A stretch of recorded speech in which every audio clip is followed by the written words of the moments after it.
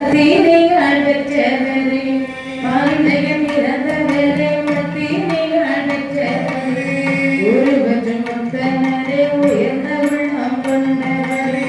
ஒருவற்றும் முத்தவரே உயர்ந்த உள்ளம் கொண்டவரே அமைதியாக கேளும் இந்த கரையை எந்த நாளோ அமைதியாக கேளும் இந்த கரையை எந்த நாளோ